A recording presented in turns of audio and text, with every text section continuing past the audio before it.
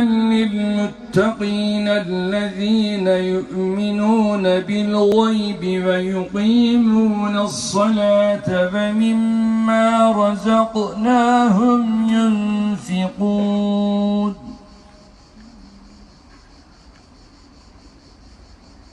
والذين يؤمنون بما أنزل إليك وما أنزل من قبلك وبالآخرة هم يوقنون أولئك على هدى من ربهم